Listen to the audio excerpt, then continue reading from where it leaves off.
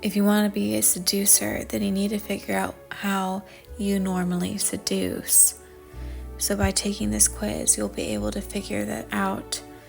You can either select all the ones that you normally do or rank them from what you do the most to the least, and then you'll add it all up at the end.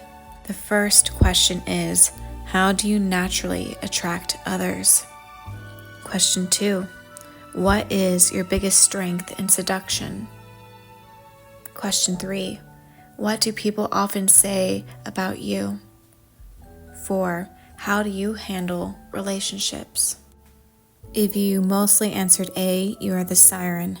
If you mostly answered B, the rake. If you mostly answered C, the ideal lover. If you mostly answered D, the dandy. If you mostly answered E, the natural. If you mostly answered F, the coquette. If you mostly answered G, the charmer. If you mostly answered H, the charismatic. If you mostly answered I, you are the star. The siren is a master of attention and enchantment, but they may come across as superficial or manipulative. The rake is intensely focused on their target, but they can come across as insincere or overwhelming. The ideal lover creates a fantasy world that makes their target feel special, but they may be too idealistic or emotionally dependent. The dandy is independent and playful and defies conventions, but they can seem detached or narcissistic. The natural is childlike and spontaneous, but they may appear immature.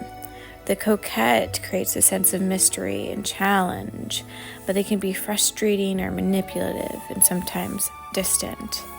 The charmer is gracious and diplomatic and makes others feel appreciated and valued.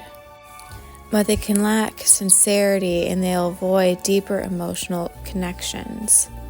The charismatic is enthralling and magnetic and can inspire confidence and admiration, but they can be overbearing or egotistical.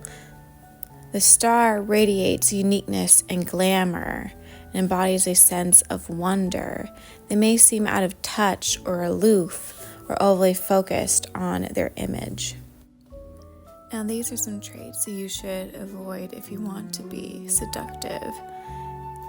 Pushy, impatient, aggressive, overbearing, needy, dependent, judgmental, preachy, and overly serious. Makes others feel judged or guilty. Stingy, lacks generosity, and focuses on cost over connection. Awkward, clumsy, self-conscious, kills the mood with nervous energy. Talks endlessly about themselves and showing no interest in others. Highly sensitive to criticism, defensive, and easily offended. Lacks subtlety, class, or elegance, and is often crass or crude. Now here are some practical steps you can do to be more seductive based upon the book. You'll want to spend some time studying body language, tone, and emotional cues in conversation. This will help build up your awareness of others. You can also reflect on how people react to you and know any patterns.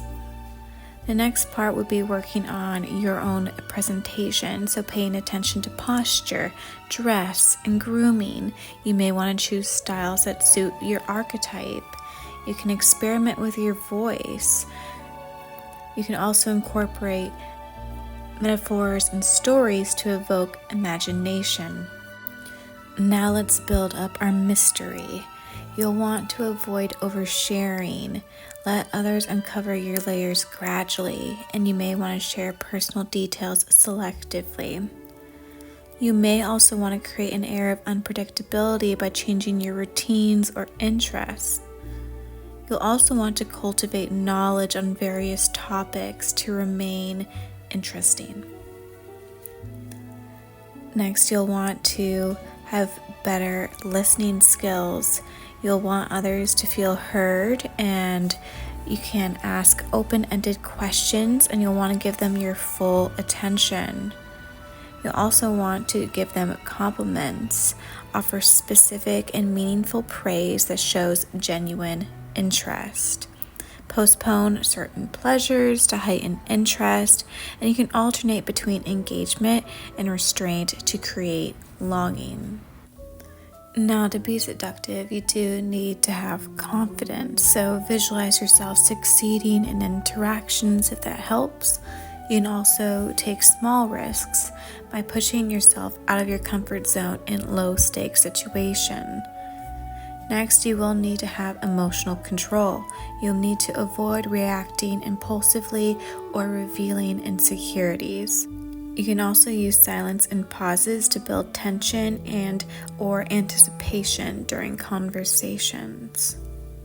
These are just some of the things that I learned from Robert Greene's book, but I want to preface this by, when you do listen to it and you listen to the stories and how people used their ways, it is manipulation. I feel like a lot of this can be subconscious on a day-to-day level when you are interacting with people, but I want you to be aware of it, whether you use these techniques or not, because if you know someone is using these, then you know that they are either trying to seduce you and or manipulate you, and that is very important to know.